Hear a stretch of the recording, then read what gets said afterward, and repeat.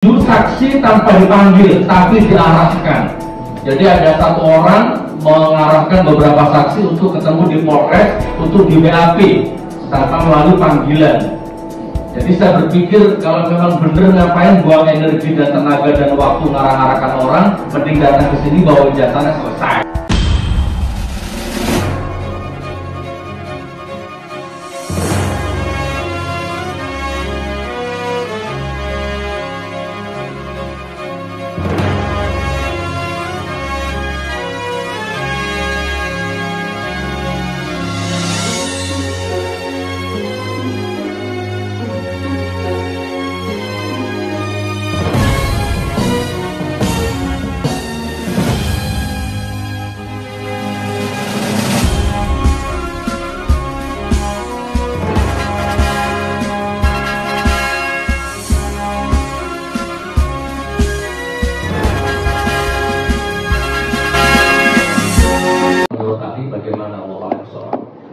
Pertama, ada pasal titipan atau pasal kopas. Jadi ada berapa saksi itu di dalam BAP-nya itu ternyata sama. Ada 5 saksi, 6 saksi itu di dalam BAP-nya sama. Jadi kami menyebutnya sebagai pasal titipan. Yang kedua, saksi palsukan agamanya pernah hadir di sini. Saksi disumpah pakai Al-Quran, mengaku Islam, disumpah pakai Injil, mengaku Kristen. Nah, dan itu sudah lewat, hampir selesai itu saksi itu. Kami semua sudah nggak mempermasalahkan. Tapi di ending tiba-tiba Bapak Andika menemukan di BAP-nya itu ternyata KTP-nya beragama Islam. Seandainya tidak ketemu, lewat itu. Nah, yang kedua ya, jadi ada saksi yang memalsukan agamanya. Yang ketiga, kualitas saksi yang sering mengatakan lupa, tidak tahu, lupa, tidak tahu.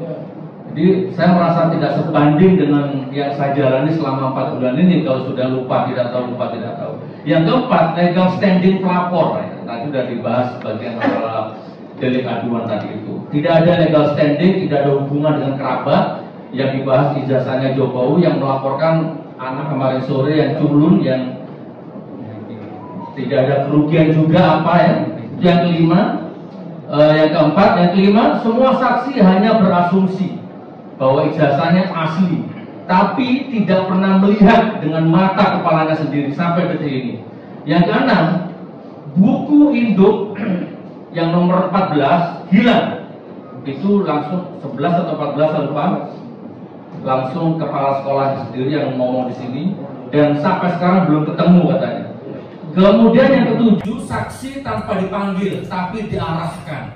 Jadi ada satu orang mengarahkan beberapa saksi untuk ketemu di Polres untuk di BAP tanpa melalui panggilan.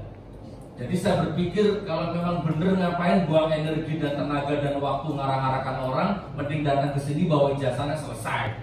Itu yang ke-7 ya. Yang ke-8 beliau adalah kakak kandungnya Ibu Iriana ya. Yang ke-9, 2 komentator di akun GN dihadirkan. Jadi saya ingat betul itu. Hanya supaya kelihatan resmi, kelihatan apalah gitu ya, sampai komentar yang di YouTube saja dihadirkan 2 orang jauh-jauh. Padahal kalau saya mau bisa jadi komentator saya semua ini, positif semua ini. Kurang lebih begitu ya. Kemudian yang ke-10, mubahalah dituduh sebagai penodaan agama. Bagaimana dengan sumpah pocong dan lain-lain, dan saya bukan penoda agama. Yang ke-11, salah faham atau fahamnya salah dengan mubahalah. Yang ke-12, memenjarakan warga negara seenak perutnya sendiri. Saya merasa sebagai warga negara yang taat pajak, yang tidak punya mobil Rubicon itu, dipenjara seperti ini. Jadi kalau selesai sidang semua pulang ke rumahnya masing-masing, ketemu anak istrinya, saya balik ke sel. Tapi nggak apa-apa, saya sudah ikhlas. Justru saya takut, ya Allah, kasihan mereka yang berkonspirasi ini. Tolong jangan kasihan mereka, ya Allah. Gitu. Nah, jadi nanti ini saya pulang ke sel, Pak. Yang lain pada pulang ketemu anak istrinya. Oke. Kemudian apa ini? Menghadirkan ahli sosiologi, forensik, apalah itu yang menurut pemikiran sederhana saya sebenarnya nggak ada hubungannya dengan kasus ini. Ini sederhana banget. Nggak usah sosiologi, nggak usah forensik. Datakan ijazah aslinya selesai. Makanya ini bertele-tele sidangnya sampai 4 bulan ini. Nah, Bapak Jatuh itu tolong saya ingatkan ya. Kalau tidak tertib keluar. Kalau tidak sabar, kalau tidak tertib. Itu yang ke-14 ya. Jadi saya orang tidak ngerti hukum, ya Allah, kenapa cuma urusan begini aja pakai sosiologi, forensik, macam-macam. Oke, terus kemudian apa lagi nih? Gelar profesor ahli bahasa palsu. Nah, kemarin yang terakhir itu viral videonya. Ternyata saya bilang begini karena memang selama persidangan beliau dipanggil profesor dan beliau nggak klarifikasi itu bahwa saya bukan profesor, enggak, beliau diem aja. Jadi selama persidangan, nah, setelah kita datangkan saksi yang di atasnya, baru ketahuan bahwa itu palsu. Ada agama dipalsukan, ada gelar yang dipalsukan. Ini saudara saksi ya, yang bisa saya sampaikan. Mohon pendapatnya, mohon kuliahnya, mohon ilmunya. Terima kasih. Pendapat ya, pendapat saksi. Ahli. Itu yang disampaikan itu adalah fakta-fakta di persidangan menurut catatan terdakwa ya. Itu catatan terdakwa membuktikan versi terdakwa Bogor. Terima kasih Pak. Karena ini pendapat, barangkali saya tidak bisa memverifikasi satu persatu ya. Karena banyak tidak memverifikasi. Banyak sekali. Tapi itu nyata, borong dari di sini. Itu nyata. Pembagiannya menjadi tiga besar. Tentang penyidikan itu tunduknya pada manajemen penyidikan. Jadi ketika penyidik melakukan pemberkasan ternyata tidak disesuaikan dengan UHAP, itu masuk kategori judicial malpraktek. Ya. Judicial malpraktek.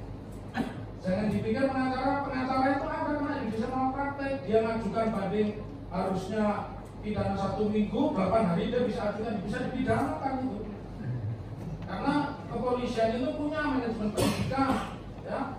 Perkap nomor 6 tahun 2019 di situ diatur bagaimana memanggil saksi, memanggil ahli. Karena saya juga biasanya dihadirkan di polisi. Saya pernah diperiksa di Balikpapan, di Polres Semarang saya diperiksa 2 kali sebagai ahli yang dihadirkan oleh polisi. Jadi kalau seperti itu namanya judicial malpraktik. Sangat berbahaya negara bisa dielaborasi sedemikian kecilnya, ya. Orang yang tidak punya legal standing sebagai saksi dihadirkan, kemudian di briefing, ya. Kemudian yang kedua, bagaimana kalau kemudian itu membawa konsekuensi pembelokan dan berakibat pidana, ya. Itu namanya judicial corruption. Saya bisa buktikan di sini judicial corruption. Jaksa Sinaga yang menangani Gayus membelokkan dari pasal korupsi menjadi penggelapan dalam jabatan dan dicopot dari jabatannya dan itu tugas penasihat hukum menurut saya. Jadi dua orang itu. Kemudian yang ketiga ada peristiwa pidana di sini. Kalau tadi saudara terdakwa menyebutkan mereka menyampaikan identitas palsu, pemalsuan identitas dua pasalnya, pemalsuan identitas dan pemberian keterangan palsu di dalam sidang pengadilan itu bisa langsung ditetapkan dijadikan tersangka dan ditahan. Ya.